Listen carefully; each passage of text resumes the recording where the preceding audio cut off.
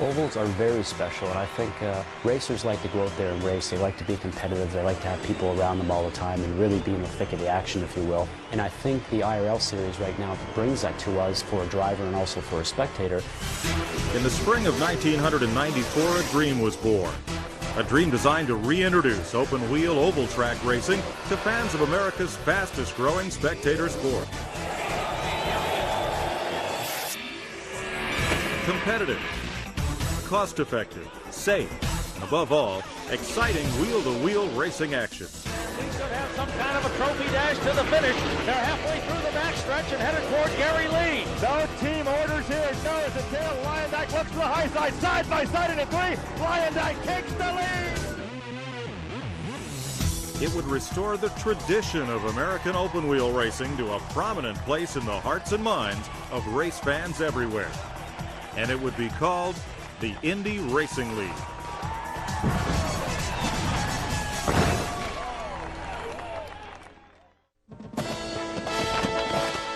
With majestic color and celebratory excitement, one of the most talked about motorsports events of modern times occurred on January 27, 1996. It was there in Orlando, amid the splendor that is the Magic Kingdom, that the Indy Racing League was born.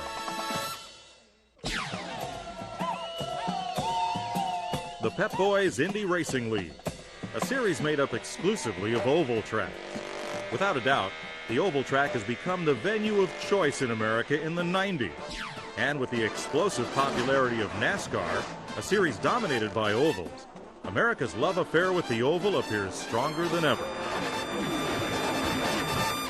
For the average viewer, I would say you can liken it to probably trying to go to work in the morning when the speed limit's 55, but you have to go through there at 100. 90% of the ovals you go to, you can see all the way around the racetrack, and that's what people want to see. The fans really do like the ovals, where they can see the whole track and they can see and follow the action, and it's pure American racing. It's fun to drive. It's fun to go race these high bank tracks, and where you can run side by side in the corners, and just puts on a great show. That's what people want to see.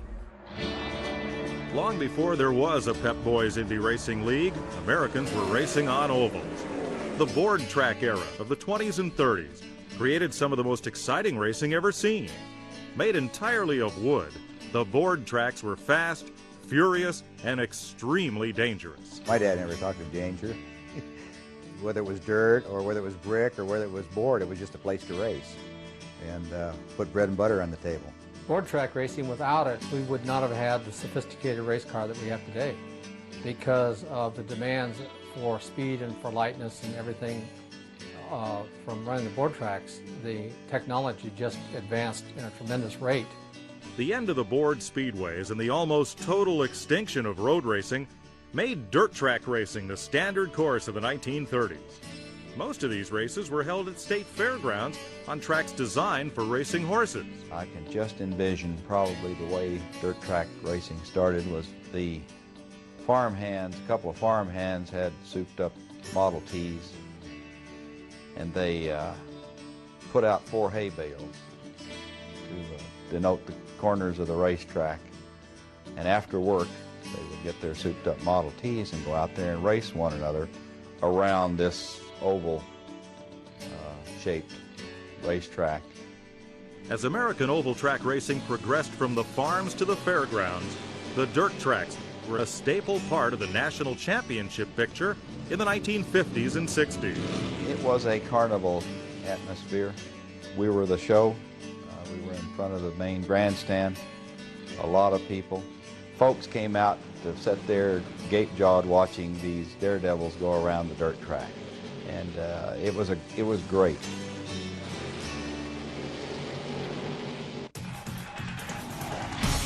Though pavement and later road and street courses became part of the championship trail in the 70s and 80s, there was trouble ahead. As auto racing reached a boom period in the 1990s with the growth of NASCAR in America, the championship auto racing teams, or kart numbers, were not keeping pace. And as open-wheel IndyCar racing became more expensive and less Americanized, fewer American drivers could afford the high cost of racing. Dreams of an American oval track racer being able to afford the series, and thus Indianapolis, were all but fading. I just didn't want it to be a glorified Formula One, and that's what they're made cars, just a glorified Formula One. I want to run in the United States. That's where A.J. Foyt's name was made. I love racing in the United States from American people. That's who made me what I am today, and that's who I want to perform in front of, even with me being a car owner. Concerned that the cornerstone of his business, the Indianapolis 500-mile race, was becoming less and less a priority, Tony George tried meeting with the leaders of CART in 1991. When his concerns went unaddressed, George took matters into his own hands. And in 1994, his announcement of the formation of the Indy Racing League shook the racing world. I accept the criticism. I guess when you're in a position like I'm in, you're subject to criticism, but you know, the Indy Racing League is going to have a major impact on the world of motorsports in the future.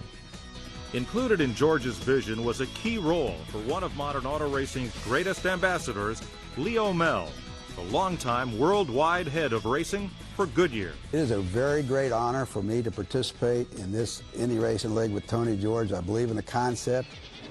I've never been associated with anything that lost very much, and I wouldn't have come here if I wasn't absolutely positive that this was the right thing to do, and it's going to be a big winner.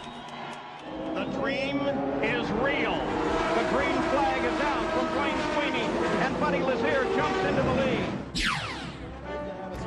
For Tony George's dream to continue to grow, he would need to reach new auto racing fans as well as the old. And Walt Disney World in Orlando, the #1 tourist destination in the world, soon became host to the inaugural IRL event. The race was a sold-out success. Over 50,000 spectators watched Buzz Calkins battle Tony Stewart to the checkered flag. Race fans were impressed. I thought that it was the most fantastic, exciting thing that I've done in a long, long time. And I've done some pretty cool stuff lately, like flying an F-16 simulator. This beats that. Once Disney set the pace, the list of IRL racing venues continued to grow. And soon, new magnificent oval tracks were being built in Las Vegas, Colorado Springs, and Dallas-Fort Worth. The crowd we had last year at Texas was unbelievable. I mean, I was totally floored. It was great the support they gave to the series and to come out and see IndyCar racing, and for IndyCar racing to get back into that market. I mean, it's a great area for us to be in. In addition to seating upwards of 150,000 spectators at some of these new tracks, the Pep Boys Indy Racing League also announced that it would expand into the heart of NASCAR country. Though racing at night had been tried as far back as 1905 with 24-hour events, the IRL brought modern-day Indy cars under the lights for the first time. I love the night racing. I think it adds to the aura of the whole event. 3 wide, Billy Boat to the low side, Buddy Lazier up high, John Paul Jr. on the top of the stack, give the lead to Billy Boat. Unbelievable, it appeared to be dropping off the pace. In an effort to curb the skyrocketing costs of modern-day IndyCar racing, the Pep Boys Indy Racing League introduced a new chassis and engine formula for 1997. Gone were the high-pitched turbochargers of the past. In were the loud and proud, normally aspirated V8 power plants of Oldsmobile and Nissan. The days of the $1.5 million engine lease programs were now a part of IndyCar history, and teams would once again be able to work on their own engine. Tonight, we introduce to you the future of the Indy Racing League in these cars that will compete for the heavyweight championship of auto racing. Along with the roar of the new V8s came the new chassis to house those power plants: G-Force, Dallara, and the Riley and Scott. We will have race cars which are about half price of the previous cars. The engines will be worked on by expert mechanics and turned around. You don't need 20 engines if you can build them in your own shop. Though produced in a short amount of time, safety was not spared in the design, and the new IRL chassis are taller, wider, and stronger than the IndyCar chassis of the past. I believe we've really been able to produce a really quality item in a very, very short space of time. So that was the main challenge. We had to produce a really good race car in very little time. As the IRL grew, the issue of driver safety came to the forefront. Too many injuries, said the critics. The cars were too rigid, and the drivers absorbing too much impact. So rear-end attenuators were attached to the gearbox in '97 to soften those blows. And for this year, additional changes have been made. First of all, they had to raise the roll bar 2 inches. We found the driver's head for the tall guys was up in the air box. So we've raised the roll bar up 2 inches. Additionally, the rear end attenuators designed to absorb up to 50 Gs will be continued. The bell housing connecting the engine to the gearbox has become a crush zone, and the gearbox case itself has been lightened. I think the IRL really took a committed look to that and have done everything they could do. I think the cars are going to be a lot different than last year, a lot safer. I think the thing that a lot of people forget is, take kart for example. If they ran all their races on ovals, anytime you run an IndyCar on an all-oval series, it's going to be more dangerous. It's going to be more crashes than on a road, half and half or a road course type series. So I think people need to keep that in mind, that these aren't stock cars where there's tons of room to bend and break them. These are fragile little missile-type cars, and maybe with that comes a little added risk. But I think the IRL's done a good job going into '98.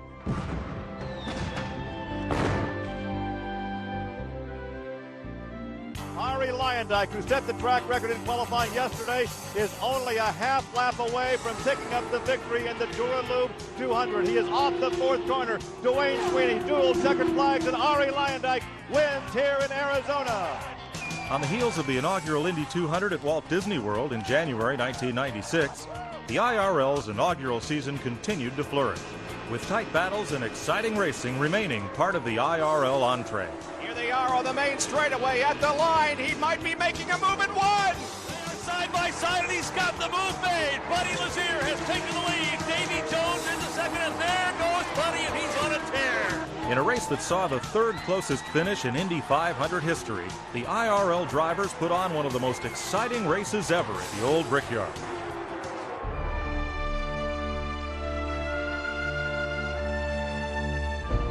Just 2 months earlier, a practice crash in Phoenix left Buddy Lazier with multiple fractures of the vertebrae and pelvis. That was probably the toughest hour to hour and a half of my life, because both my wife and I felt there might be paralysis. Both of us later on, Bob and I, talked about the fact that it seemed, possible it could entirely change Buddy's life, and it could entirely change ours as well. My mind does drift back to how hard that impact was. I mean, it rocked my world. You see other drivers crash, and that's a fear that you have in the back of your mind, and Buddy always promised me that would never happen to him. It was a very frightening thing, and even today, I still hurt tremendously from it. Incredibly, Lazier overcame the odds, and 8 weeks after crashing in Phoenix, found victory lane at Indianapolis. The inaugural IRL season in the record books, the first points championship was shared by Disney winner Buzz Calkins and Scott Sharp. And as the 1997 IRL season approached, little did anyone realize just how ultra-competitive the racing would become. He tried to get by Buddy Lazier, who rides in second, and that is the battle right now to put Buddy a lap down. And a spin right in front of the leader. Yellow flag flies on the racetrack. Tony Stewart dominated the opening race of season number 2 in Loudon, New Hampshire before his electronic system shut down, allowing Scott Sharp to capture his first ever IndyCar victory for car owner A.J. Foyt. As the son of 6-time National Sports Car Club of American champion Bob Sharp, it was somewhat natural that Scott Sharp would harbor the same interests as his father. With a resume that is racing savvy, Scott started racing in go-karts at the age of 8. A winner of SCCA Amateur and Trans Am championships, Sharp has also won at the grueling 24 Hours of Daytona. It seems Scott Sharp has always been a racer. I grew up on racetracks. Yeah, my dad raced for 18 years himself, and basically from the time I was 6 months old, my mom started bringing me to races and started helping the guys when I was probably 5 or 6 years old, polishing wheels or something. I was just brought up around racing my whole life, really. So it was never a question in our family of, am I going to race? It was what, when, and where. In 1994, he had arrived at Indianapolis, and by '95, he landed with A.J. Foyt at the Speedway. My dad and I used to sit on the sofa, and we used to watch all kinds of races. I remember sitting there one time watching one of the Indy 500s, and all of a sudden this guy jumps out of his car, which is surprising in the middle of the race, like beating on the back of his car with a hammer. And I was like, who's that? And my dad's like, that's A.J. Foyt. That's typical. As 1998 continues to unfold, Sharp now races for a new team, Tom Kelly and Kelly Racing. Everyone wants to win the points championship.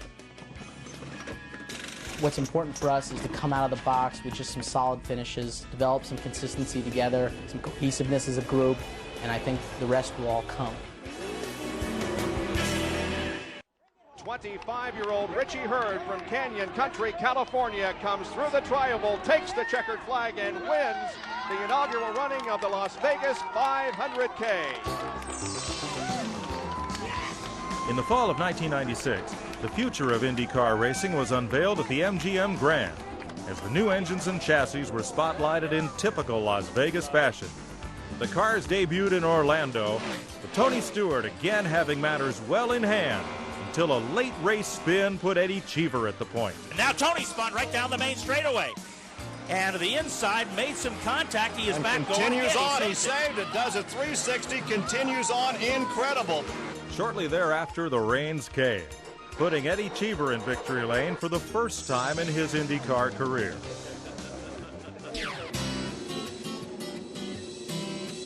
Born in Phoenix, Arizona, raised in Rome, Italy, and it was there that Eddie Cheever Jr. began racing go-karts. A veteran of over 130 Formula One races, Cheever decided that the Indianapolis 500 was what he aspired to, and in 1990, he achieved that dream. But Indianapolis is never easy. The first 2 or 3 times I drove the car to Indianapolis 500, I mean, I thought, I was sure I was going to kill myself because the speeds were so high and I wasn't used to going at 220, 230 miles an hour.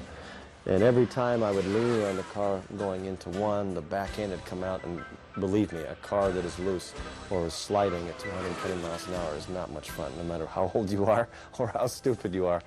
The Indy 500 and Series Rookie of the Year that season, Cheever learned to love Indianapolis. And by 1992, he found himself on the front row alongside teammate Arie Luyendyk. Long a fan favorite at the Brickyard, by 1997, Cheever was not only driver, but also team owner Eddie Cheever. And though a road racer in his youth, his love of the ovals and particularly of Indianapolis is obvious. Indy is a very special racetrack, and people, the fans, the drivers, everybody gets a sensation when they're there that is different from any other racetrack in the world because of the history of it. I mean, drivers have raced there 70 years ago. Drivers will continue to race there 70 years from now. Everybody really gets into the fact that that is the most important race of the year, so everybody gives their best. And I've always had such a great relationship with the fans in Indy because of that. About 8 car lengths separate first and second. Here comes the white flag. It's a 1-lap, 1-mile shootout. Down the main straightaway, 1 lap to go. Brian Howard will reach for the twin checkered flags into turn 1. Guthrie now about 8 car lengths over Stewart. Stewart is going to be out of time. Guthrie is going to be able to hang on into turn 4. About 10 car lengths. Here it is, the dual checkered flags. Jim Guthrie takes the victory. In the biggest IRL surprise to date, rookie Jim Guthrie and Blueprint Racing, a team with only one engine to its name, stave off the giants of IndyCar racing in Phoenix. Guthrie holds off Tony Stewart and Team Menard in a tremendous battle, scoring one of the biggest upsets in the history of motorsports. Guthrie's surprising triumph in the desert left most wondering what Indianapolis would have to offer.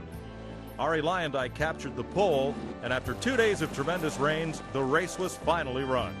We have 7 laps to go. Will it be Scott Goodyear in victory lane? Luyendyk is right behind him.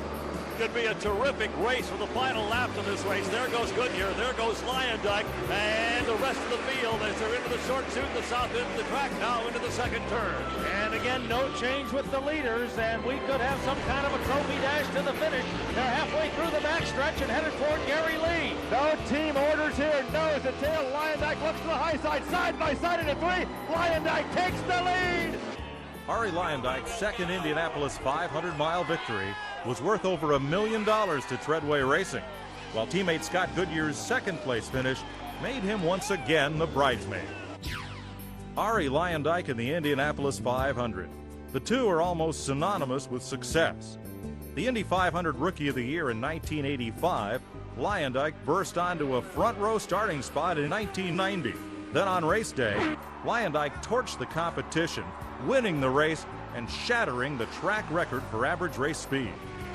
In 1993, he earned his first Indy 500 pole position, and on race day, led 14 laps. And the green flag is out. We are back to racing, and Emerson Fittipaldi makes a move on Nigel Mansell. He's got him going into one, but Leyendyk is also right there. Oh, they went side by side, and Mansell fell all the way back to third place, Gary. We got him coming right at you. You want to push the envelope. You want to go to the limit, and if you don't feel comfortable there, you're not going to get that extra 2 miles an hour out of the car. But the only fast way around the speedway is if you're not entirely comfortable. It has to be a little bit on the edge. But his achievements in speed were far from finished. In 1995, he lined up second quick. And in '96, he had the field covered on pole day, only to be disqualified when the car was found to be underweight. Nevertheless, Leyendyk requalified on day number 2, this time as the fastest man ever at Indianapolis. And it's a new track record. Boys, we're going to be in the record book for a long time. Let's go. Long time, boys. Leyendyk's win in the 1997 Indianapolis 500 only reinforces what most already know. Arie Leyendyk is one of the best drivers ever to circle the world's greatest oval. I think at Indy, you know, Indy and myself, we kind of get along pretty good. I have a good feeling for the track. And maybe I am a specialist there. I don't see it that way, but sometimes I look back and I say, well, I guess I am somewhat of a specialist. But I definitely have a lot of respect for the track. I only go fast when I know I can do it. For me, the Speedway represents America. And for me to have made it in Indianapolis, at the same time I can say, well, I came from Holland and came without any money over here, and I made it in America thanks to Indianapolis.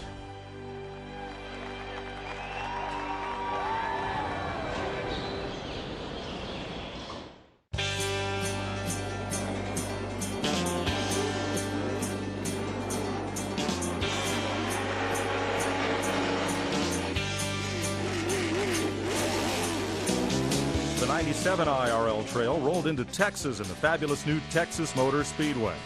For the first time in modern era racing, IndyCars raced under the lights, and fans held their breath as open-wheel cars raced side by side. They have got a full lap here in Texas, side by side. It stays that way in the backstretch. Lazier pulls about a half a car length ahead. Stewart closes on him, going to 3, taking the high road. Tony Stewart still can't get him. Very close, wheel to wheels ahead toward 4. The fans are standing and cheering. The fans are going wild across the start-finish line. 2 laps now, side by side again. Into turn 1, ever so close, and Tony has him.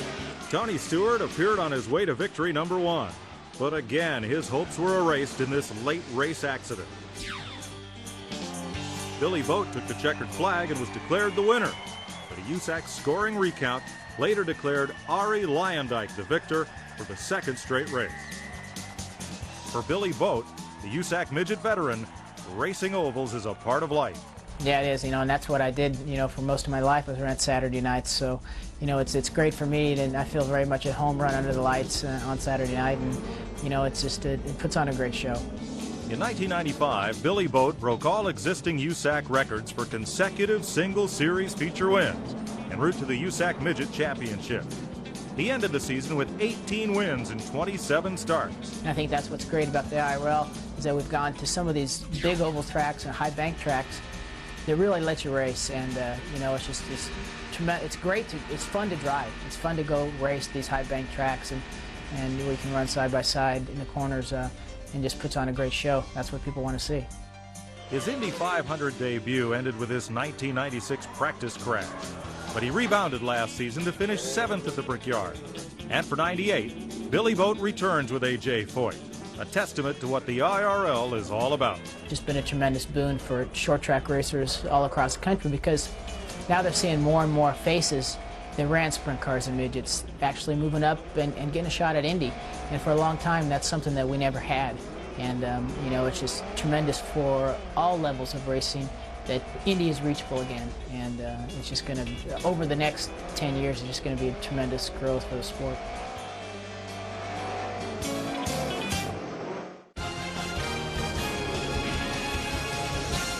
Crowd crowd that has gathered here has seen just some incredible racing. We see them up cheering as the green flag comes out, and we are back to racing. Let's see who's going to win this thing. Davey Hamilton pulls inside of Cheever. Three wide into one, Bob, and Davey Hamilton on the inside. The sandwich was Cheever. He drops to fourth position. That's too bad because Eddie Cheever was the one that backed out of the throttle, and he gave up a position as a result of it. So it's Gregoire, Hamilton, Cheever, Calkins, Suspiri, and Goodyear, and the white flag comes out. One more lap to go for Tony Stewart, the young man from Rushville, Indiana, who has tried so hard to win his first Indy Racing League event.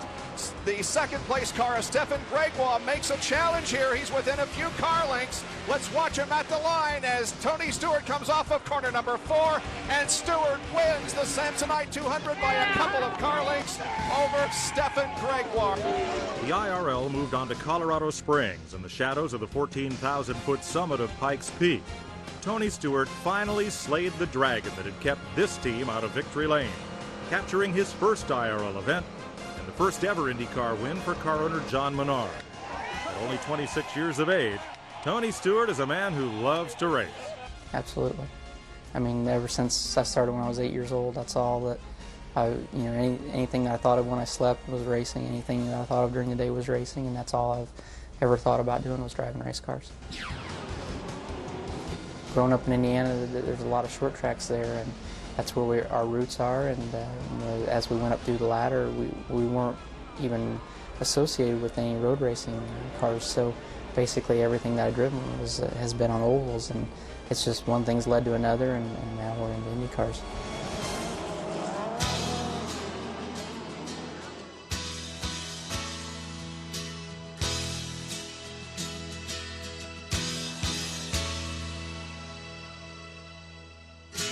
A veteran of more than 200 USAC features, Stewart capped an amazing 95 season by winning the USAC National Midget, Sprint, and Silver Crown Championship.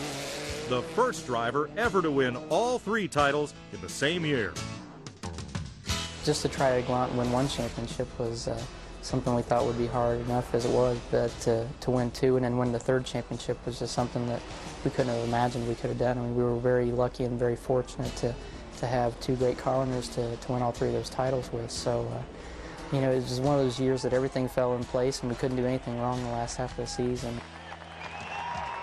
He started first and second in his only 2 Indy 500 attempts and has by far led more laps than any other driver in the series.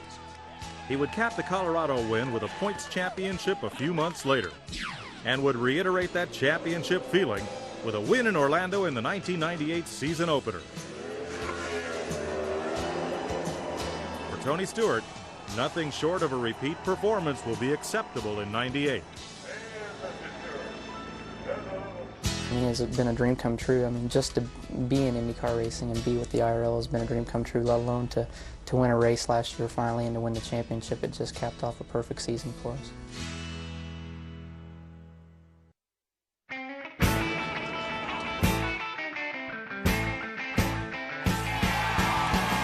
The bright lights of the jewel of NASCAR racing, Charlotte Motor Speedway, beckon.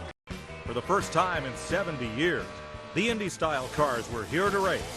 And in front of 75,000 Southern racing fanatics, the IRL did not disappoint. There are 7 cars in front of the leader, Billy Boat. He's locked in heavy traffic. Buddy Lazier is hot on his rear wing out of turn 2. He looks to the inside of Billy Boat. There's 3 wide heading for 3. Buddy Lazier heads to the bottom of the racetrack. Now he backs out of the throttle just a little bit. Billy Boat up the racetrack. Buddy Lazier sees an opening. He'll try to swing under Boat as they exit 4. Here they are at the start-finish line. It's Boat with a 1-car length advantage, but a lot of traffic up ahead. That is going to play big trouble for the lead machines as they work down out of turn number 2. Marco Greco up ahead, so is Tony Stewart. The leaders working heavy traffic on the backstretch. Once again wants to get a shot at Billy Boat. Lap traffic forces him to go back in line. Billy Boat will try to get around Tony Stewart. This lets Lazier come right onto the rear wing of Billy Boat out of 4. Tony Stewart not a factor in this race as his car has not run well since very early on. The battle still good in turn 1 though for the lead. Billy Boat swings to the outside outside of Tony Stewart. He puts him away. Lazier now swings around to the outside of Stewart. Will set sail for the leader in 3. For the first time, Lazier will get a shot at Billy Boat without a lot of lap traffic. They climb the banking again in 3. Lazier closes to within 3 car lengths of Billy Boat as they rocket off 4. Lazier slams the door shut as they work to the inside of John Paul Jr. on the backstretch. 3 wide, Billy Boat to the low side. Buddy Lazier up high. John Paul Jr. on the top of the stack. Give the lead to Billy Boat coming off of turn 3. He has it by 2 car lengths over Buddy Lazier. Unbelievable. It appeared to be dropping off the pace. In the end, Buddy Lazier outdueled Billy Boat to visit victory lane for the 2nd time in his young career.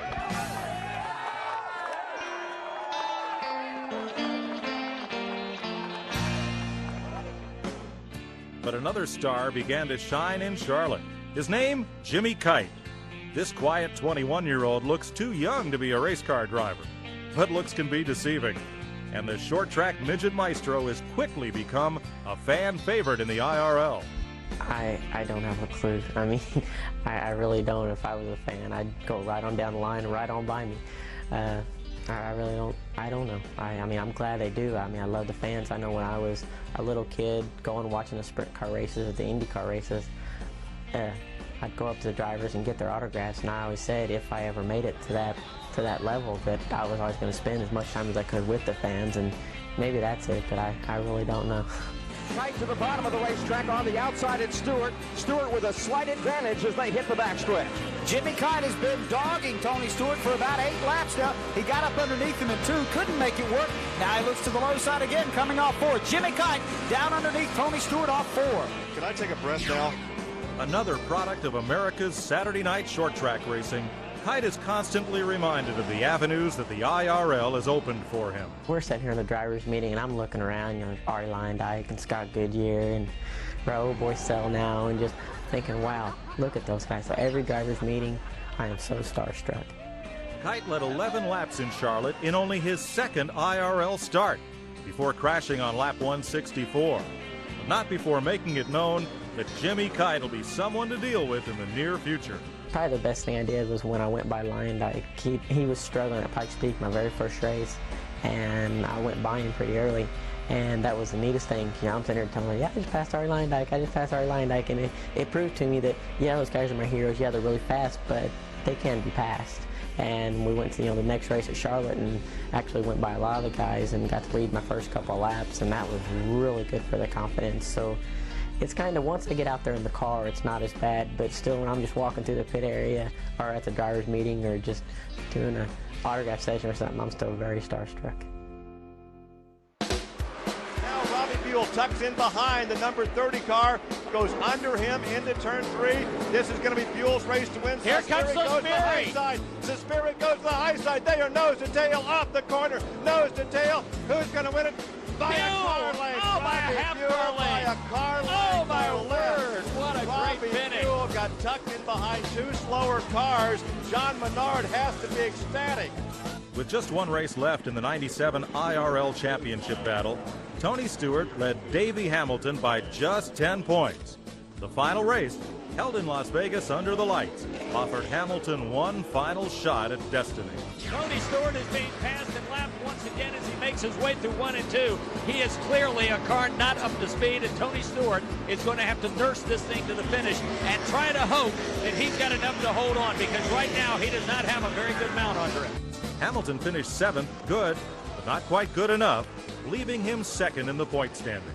The good thing is we gained points, I guess, going into that last race, which, you know, that was what we were trying to accomplish. We just didn't gain enough. And Tony's a tough competitor as well. And it came right down to the very end of that race. So it was exciting for the fans. It was exciting for me, and I'm sure for Tony as well. And being in that position was great, you know, and hopefully we have the opportunity to be back in that position again to win the championship. Great job. Another of the American short trackers, Davey Hamilton cut his teeth as a super modified driver, growing up racing under the lights on Saturday nights all across America.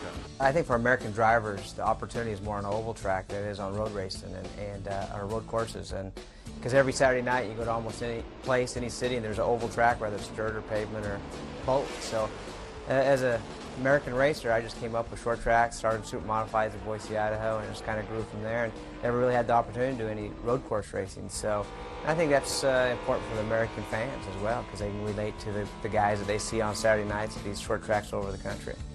This crash at Indianapolis in '95 shattered his ankle, but not his dreams. In '96, he made the race for A.J. Foyt. Then in '97, he finished 6th at Indy. For 1998, Davey Hamilton moves to a new team, Nienhuis Motorsports, and they've gelled quickly, finishing 3rd in the season opener and pointing toward another shot at the elusive IRL crown. It's a great program. Rick Gallus's team, who, Rick's been involved with IndyCar racing for a long time and won championships and Indy 500s and has a great background, and it's just a good opportunity for me to come from the ground up with the team.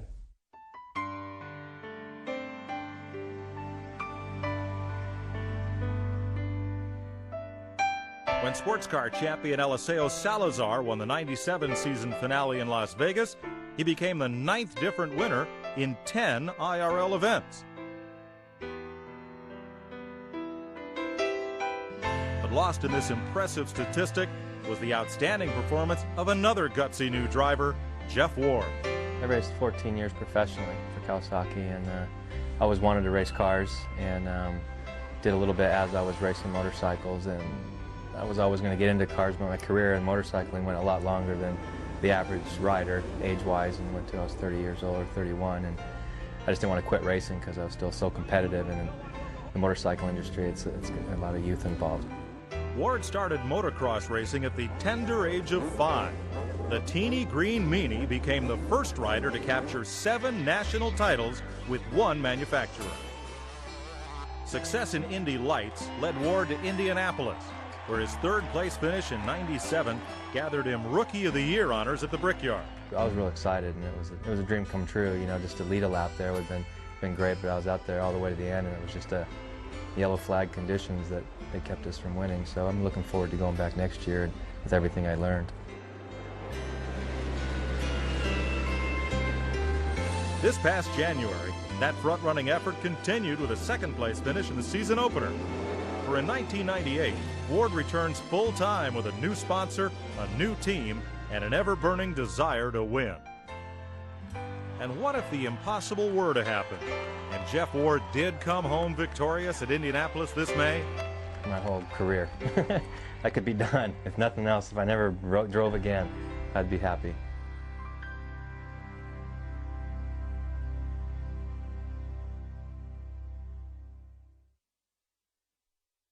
We're here today to add a new element to the excitement of the Indy Racing League, a series sponsor. And I'm proud to announce that there is a multi-year, multi-million-dollar annual commitment that has been reached with the Pep Boys, Manny Moe and Jack, to be the series sponsor of the Pep Boys Indy Racing League. Perhaps the most consistent driver in the IRL in '97 was Canadian veteran Scott Goodyear. The '86 North American Formula Atlantic champion, Goodyear may best be known for his close but no cigar finishes at Indy. They head into turn 4. Little Al holding him off. Scott Goodyear right behind him. Just over a lap to go. They head to the main straightaway. The start-finish line. Who's going to get it? Dwayne Sweeney waves the white flag. 1 to go. A 3-car length separation between Unser and Goodyear. And that's how they come through number 1. The gap gets closer and closer and closer for the Gary Lee. Indeed, about 3 or 4 car lengths as they work off the second corner for the last time. Headed down the backstretch. Headed right at you, Larry Henry. Scott Goodyear chucked right in behind Al Unser Jr. He's waiting about a car length and a half behind Al Jr. Al Jr. now lengthens it out. He's trying to hold him off. Goodyear low, Jr. high. They go to 4, Bob Levy. Al Unser Jr. has the lead. 1 more turn to go. Here they come. Coming to the finish line. Bob Jenkins, who's going to win it? The checkered flag is out. Goodyear makes a move. Little Al wins by just a few tenths of a second. Perhaps the closest finish in the history of the Indianapolis 500. In '95, he was leading with just a few laps to go when he passed the pace car on a late race restart. He went around the pace car. The green flag is coming out. The pace car is now off the racetrack. We are under green at Indianapolis. We'll see what happens. Then a year ago, he and teammate Arie Luyendyk staged a dramatic final lap shootout, only to come up short once again. I don't think Scott Goodyear's going to have a shot for the third time in his career. He's likely to finish second. Ari Luyendyk has the advantage. Ari Luyendyk is going to win this thing across the north chute to turn 4. Ari Luyendyk into 4 with a comfortable lead over teammate Scott Goodyear. Ari Luyendyk headed to the start-finish line. Ari Luyendyk wins the 1997 Indianapolis 500, the 81st running of this edition, by 0.7 of a second over Scott Goodyear. Indianapolis is the race. You know, from a driver, from a fan. As a kid growing up in Canada, you know, we always sat down on the May weekend to watch the Indianapolis 500. I think everybody looks at that and says that's the biggest motor race in the world, not only from a commercial point of view, a spectator point of view, but absolutely as a driver. No matter what discipline you're racing anywhere in the world, you want to win the Indianapolis 500.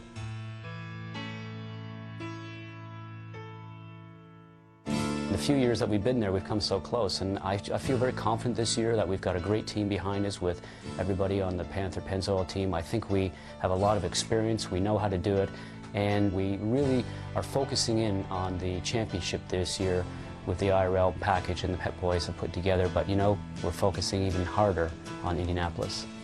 Ladies and gentlemen, start your engines.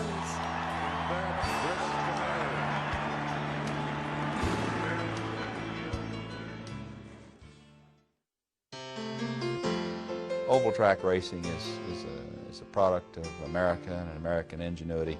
It's pure American racing. I mean, I never saw an oval before I came to the States. There's always a race going on. I mean, the track on the ovals, there's always, in the street circuits or road courses, there's big gaps, and there's just a lot of different strategies involved. Where the ovals, it just seems to be there's a race all the time, and spectators can see everything. About 2 years ago, I went to, I think it was one of the kart road racing circuits, and spending all this time on ovals, all of a sudden, I understand why the public loves the ovals so much. I mean, everything that was exciting and happened on the corner where I wasn't, and I couldn't see anything. And whereas the oval, you could see it all. Well, Tony Stewart takes the lead through turn number 4. Then it's Robbie Buell. 3 in a row coming through with leading that pack as Luyendyk. They head to the start-finish line. It's a great battle for third position. We've got about 5 cars fighting for third and fourth. Jerry. In the last several years, with the growth of NASCAR, people have begun to realize that if you're going to succeed in the United States, if you're going to compete for your television ratings and for your sponsorship, you got to be on ovals. Americans like to see the whole thing. I liken it a lot to, for instance, going to an NBA game or going to a hockey game where you can sit in the stands and you can see the action end to end. You can see everything that's going on. I guess it's just the excitement. You never have time to relax or to settle down. There's always a race going on somewhere, and it's so intense. Dismore goes for it again on the bottom of the track. Mark Dismore once again less than a car length separating him. He has pulled beside of Robbie Buell. He is going to get the pick off the 95 car. The lap car, the 95, has given Dismore an opportunity to make the pass. A beautiful move. We are seeing so many young drivers that race midget and sprint cars and other types of cars that are getting a chance that never would have under the other regime. And I think that's what has to be done, or what is direly needed, and why I'm supporting the Indy Racing League. Opportunity, cost-effectiveness, safety. Repaving a path to stardom. From the grassroots of American open-wheel racing all the way to the Indianapolis 500. That's what the Pep Boys Indy Racing League is all about. For TNN Motorsports,